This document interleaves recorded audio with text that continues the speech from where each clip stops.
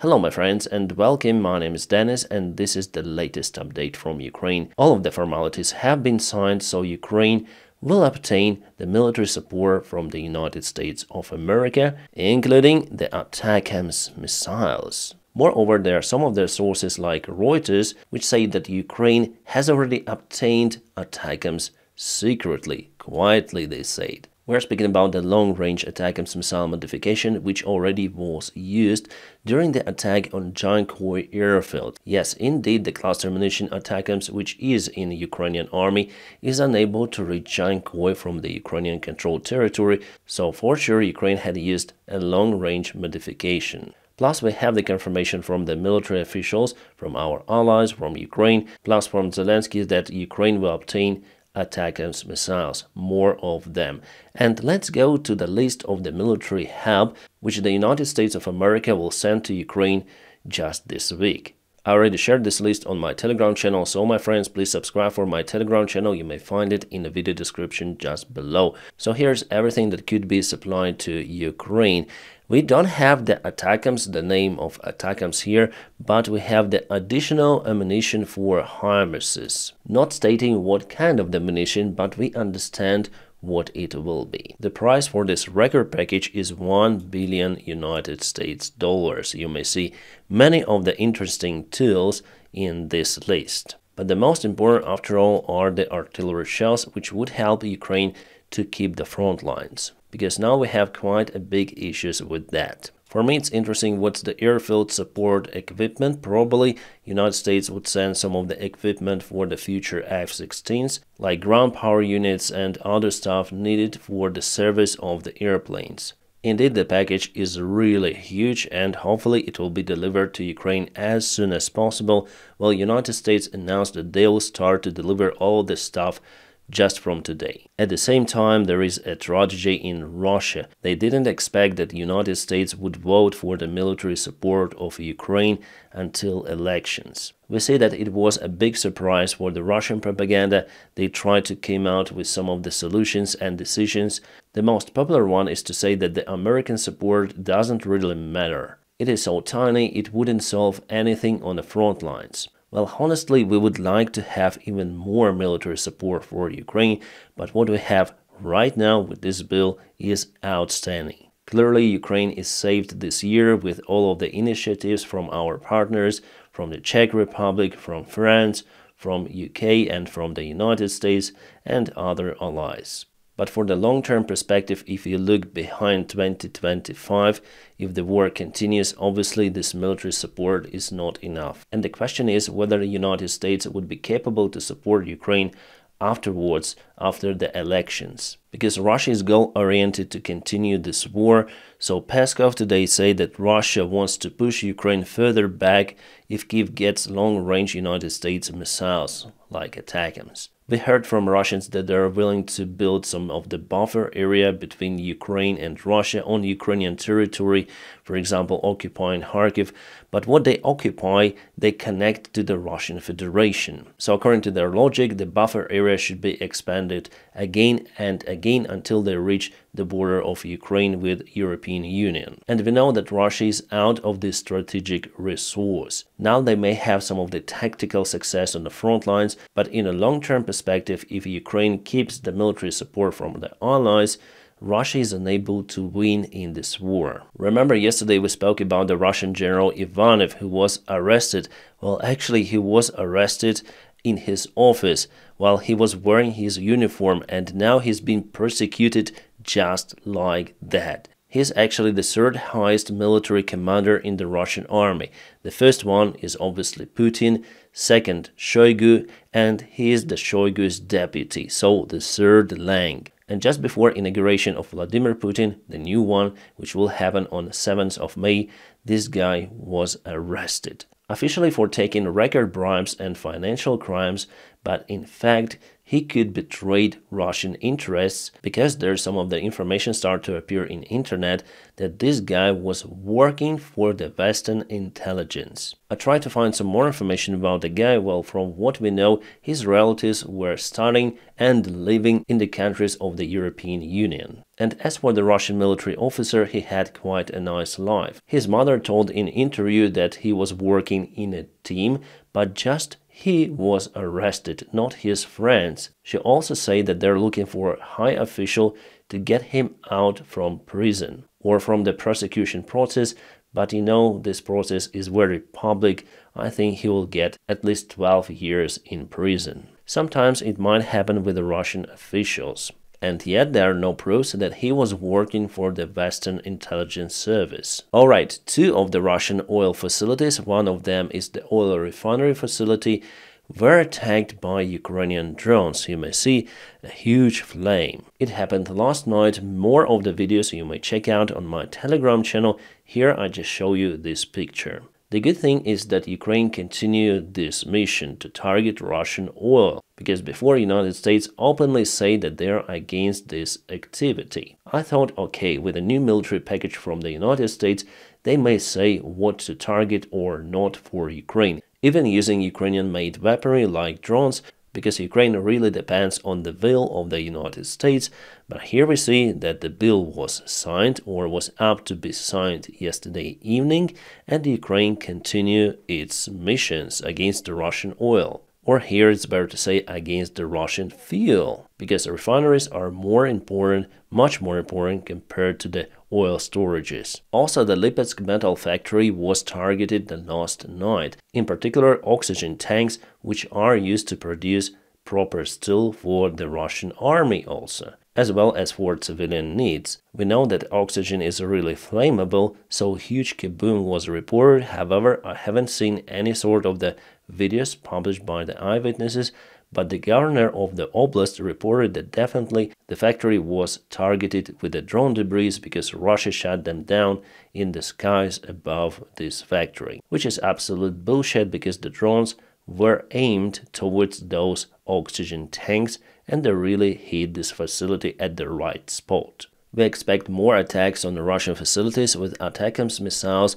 With ATACMS missiles, there could be the strike on the Kerch bridge connection, and the Russian military bloggers are screaming already about it, that Ukraine will strike the Crimean bridge, they say, on May 7th till 19th, somewhere over there. So 7th of May will be the inauguration of Putin, 9th of May, the great patriotic day for the Russian celebration. But I'm not sure whether it's going to be like that. BBC says that Ukraine might obtain British gliding bombs. Those are called Paveway 4. Potentially, Ukraine might carry them not just on F-16s, but also on the Soviet-made airplanes. The downside of the bomb is the range, 30 kilometers. However, at the same time, it's very precise. The Ukrainian Air Force is already using the French analog of this bomb. Alright guys, now let's go to the front lines update. I'll switch the satellite image for you to see everything. So it was yesterday in Ocheretine, the hot spot on the front lines nowadays, and let's check out what happened today. So actually I was wrong that Russia would concentrate just over there.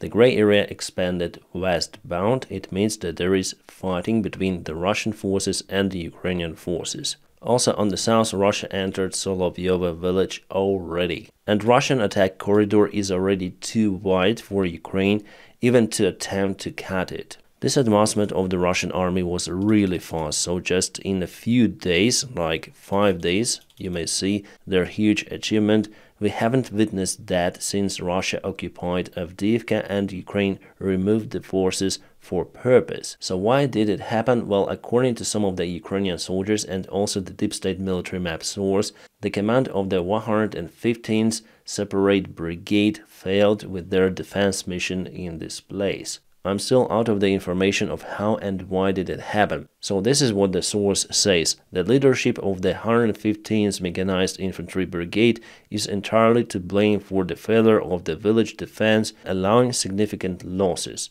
Well, it's really hard for me to judge actually. I just share the information that I obtained from the other sources, but I'm not out there and I don't have the real evidence. But at the same time, we see a huge Russian advancement, so something wasn't done properly from the Ukrainian side as well. Yes, Ukraine is in lack of munition still. The military bill has just been signed, but at the same time, we haven't witnessed that for a very long time. Also, for this moment, it's really hard for me to predict the next move of the Russian army, but for sure Ukraine needs to send reinforcements to stop Russians from this huge advancement. Probably it should be done also on the south, because here the defense lines are weaker compared to this northern territory. Right, we have one more update. Russia still has the initiative on the front lines.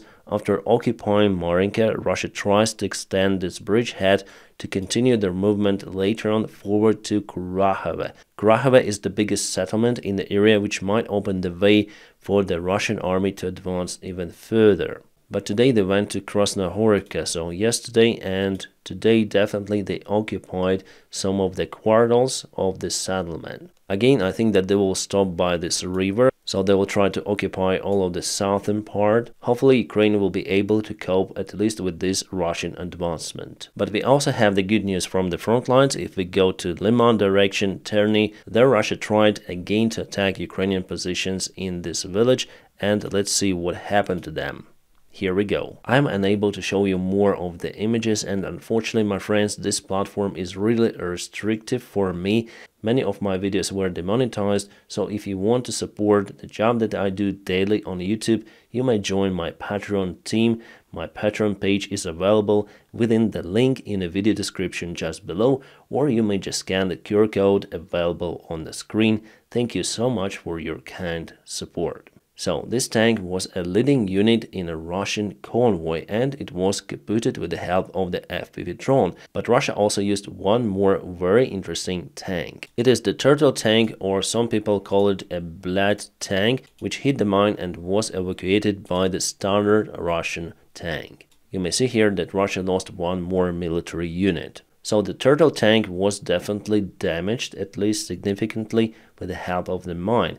The first tank like that was shelled by Ukrainian artillery. Right, let's go to check the Russian sources. They claim that they hit the Ukrainian M270 rocket artillery system with the help of their Lancet drone. So definitely there is the Lancet drone, and definitely there was a hit. But there is no big fire, big kaboom, as it should be in case there were some of the missiles on board of this vehicle. So I would say that it could be a decoy. It could be also a real one. It's hard to judge from this drone image. You probably know that Russia trophied some of the Western-made vehicles from Ukrainian army, and they put them in Moscow in one of the squares. Well, actually they take the example from the Ukrainian side, because we have this exhibition always open in one of the squares of the Kiev city. Probably Russians just went jealous about this case and now use Bradleys and other vehicles for the show. Russians share this image of the damaged S-400 radar system. You may see that the cockpit of it, or the cabin, was shrapnelled, but Russians insisted that the radar itself is fine. Well, definitely from this perspective, it's hard to say that the hardware of the radar was definitely damaged. I wonder what Ukraine used to target this one. Alright guys, I think it's not a good step for Ukraine, but the Ukrainian government really decides to block some of the Telegram channels, which mostly criticize the Ukrainian government from what I understood. So Durov, the owner of Telegram, today wrote that actually Apple forced Telegram to block some of the channels for the iPhones with the Ukrainian SIM cards. Well, in general, he wrote quite a big post about this topic, but after all, there's a high chance that this situation will be unavoidable. So we understand that Apple works in cooperation with the Ukrainian government, or Ukrainian government asked Apple to force Telegram to block some of the channels. How Apple might do it? Well, they might say to Telegram, we're gonna remove your application from our Apple Store if you wouldn't block some of the channels which Ukraine gives to you, just for Ukrainian SIM cards. Well, as for me, I do not use the Ukrainian SIM card any longer, but I want to have the access to all of the information also from the Russian side, because I'm the Ukrainian military blogger. Obviously, I support pro-Ukrainian position, not the pro-Ukrainian government position at this time, but I need to have all of the data to prove that Ukrainian position is right in this case, in that case. Here we did mistake, like for example with Telegram. So I do criticize Ukrainian government for blocking some of the Telegram channels, because I basically do not like censorship. Just an example for you, we're on the Russian Telegram channel and they show the huge fire in Moscow. One of the Ukrainian Telegram channels reported that there was a drone strike. So I tended to believe that information, but I also checked the enemy side and they show that there is just rubbish on fire. But if I listen just to one side, I would tell you, whoa, there was a drone strike in Moscow. Big news. So I think that we should have the access for everything. Ukrainians actually filtered the information quite well. I believe that after Russia started the full-scale war against Ukraine, it would be very hard to convince Ukrainians to like Russia with any sort of the tools of propaganda. So I'm just afraid that many Ukrainian channels would share the truthful information about what is happening on the front lines, what is happening in Ukrainian government really, would share the information about the corruption, so those channels could be blocked by Ukrainian government, Apple, and finally Telegram. Yeah, just for Ukrainian users, but it is very bad. My friends, and now please don't forget to press your huge like to this video. By doing so, you help me a lot. And as usual, I wish you all a peaceful sky wherever you are, and have a great time.